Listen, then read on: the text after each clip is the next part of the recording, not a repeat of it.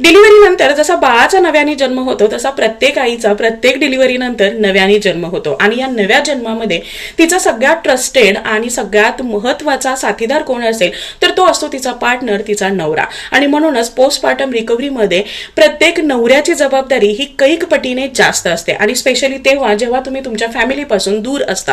म्हणजे जसं माझ्या बाबतीमध्ये आहे, माझी फॅमिली इंडियामध्ये आहे आणि इथे माझी काळजी घेणारा किंवा माझ्या सगळ्या गोष्टी पाहणारा माझा नवरा आहे. आणि अशा वेळी नवऱ्याची ड्युटी काय आहे किंवा कोणत्या गोष्टी आईला या दरम्यान पोस्टपार्टम रिकव्हरीमध्ये हेल्प करतात किंवा त्या गरजेच्या असतात हे मी आजच्या व्हिडिओमध्ये सांगणार आहे.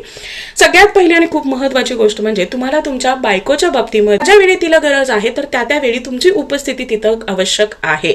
म्हणजे जेव्हा तिला रडावंसं वाटत असेल, जेव्हा तिला काही तुमच्यासोबत शेअर करायचं आहे, जेव्हा तिला मदतीची गरज आहे किंवा तिचे जे काही बेबी मून सायन्स आहेत तर किंवा मूड जे चेंज होत असतात किंवा जे काही तिच्या फिलिंग्स आहेत तर त्या सगळ्या हँडल करण्यासाठी, त्या सगळ्या समजून घेण्यासाठी तुमचा प्रेझेन्स खूप गरजेचा आहे. या दरम्यान तिला सल्ल्याची गरज नसते, फक्त तिला कोणीतरी समजून घ्यावं एवढीच अपेक्षा असते आणि त्यावेळी सगळ्यात महत्त्वाचा रोल असतो तो म्हणजे तिच्या नवऱ्याचा. आणि म्हणूनच तुम्हाला तुमच्या आपल्या पत्नीसाठी नेहमी प्रेझेंट राहायचं आहे, परफेक्ट नाही.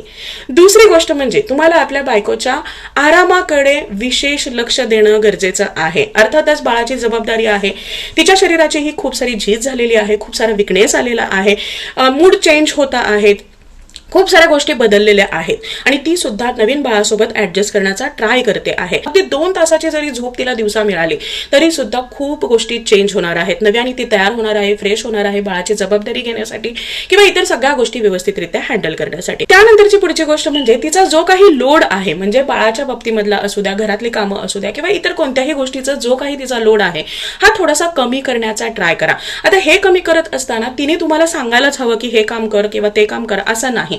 न सांगता तुम्ही जर काही कामं करत असाल, मग ती घरातली छोटी मोठी कामं असू द्या, बाळाच्या बाबतीमधली कामं असू द्या किंवा इतर कोणतीही तिची कामं आहेत, ही जर तुम्ही न सांगता करत असाल तर तो तिच्यासाठी एक बूस्टअप टाईप काम करणार आहे. म्हणजे तिला तुमच्याबद्दलचा आदर वाढणार आहे, तुमच्याबद्दलचं प्रेम तिचं वाढणार आहे आणि सोबतच तिचा लोड्स कमी झाल्यामुळे तिचं जे काही ब्रेन मध्ये एक प्रकारचं हेवीनेस जाणवतो आहे किंवा बाळाच्या बाबतीमध्ये ज्या काही गोष्टी ती हँडल करण्याचा ट्राय करते आहे तर त्यामध्ये तिला इझीनेस मिळणार आहे. त्यानंतरची पुढची गोष्ट म्हणजे तुम्हाला दिवसातून किमान एकदा तरी आपल्या बायकोला हे रिमाइंड करून द्यायचं आहे की you are doing your best even when she doubts it.